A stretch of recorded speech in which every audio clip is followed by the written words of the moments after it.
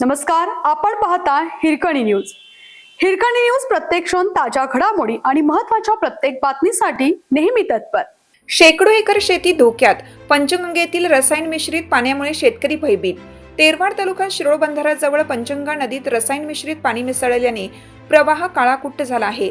त्यामुळे पंचगंगेचे पाणी प्रदूषित झाले आहे. तेरवाड बंधाऱ्यापासून नांदणी, धरणगुत्ती, शिरोळ व कुरुंदवाड मधील दिनकरराव यादव पूल व पुढे नुरसीवाडीतील कृष्णा पंचगंगा संगमापर्यंत या पाण्याचा प्रवाह पसरला आहे.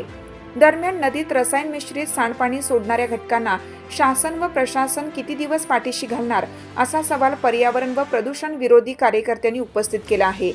2 दिवसापासून पाण्याचा रंग बदलत असून आज तेरवाड बंधाऱ्यातून काळेकुट्ट पाणी फेसाळत बाहेर पडत आहे. दरम्यान या नदीच्या पाण्यावर शेकडो एकर शेती अवलंबून आहे. शिवाय साठवणीसाठी पाणी वापरण्यात येते. जनावरांनाही याच पाण्याचा वापर शेतकरी करतात. मात्र सद्यस्थितीत दूषित पाणी शेतीसाठी वापरणं धोकादायक ठरू शकतं. जनावरांसाठीही अपायकारक ठरण्याची शक्यता आहे.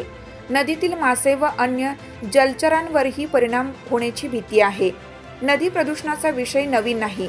वर्षानुवर्ष कोल्हापूर, इचलकरंजी महापालिकांचे सांडपाणी, मैलायुक्त पाणी, मळी व अन्य सांडपाणी तसेच औद्योगिक सांडपाणी प्रक्रिया न करताच नदीत सोडल्याने पंचगंगेची गटारगंगा बनली आहे. या प्रकरणाची तातडीने दखल घेऊन प्रदूषण नियंत्रण मंडळ, जलसंपदा विभाग आणि स्थानिक प्रशासनाने पंचगंगेतील पाण्याचे नमुने तपासणीसाठी घ्यावेत. दोषींवर कारवाई करावी तसे नदी प्रदूषण रोखण्यासाठी प्रभावी उपाययोजना राबवाव्यात अशी मागणी करण्यात येत आहे.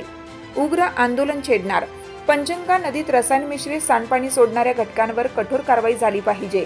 प्रदूषण नियंत्रण मंडळ केवळ कागदी घोडे नाचवते, जुजबी कारवाई करत दोषींना पाठीशी घालते.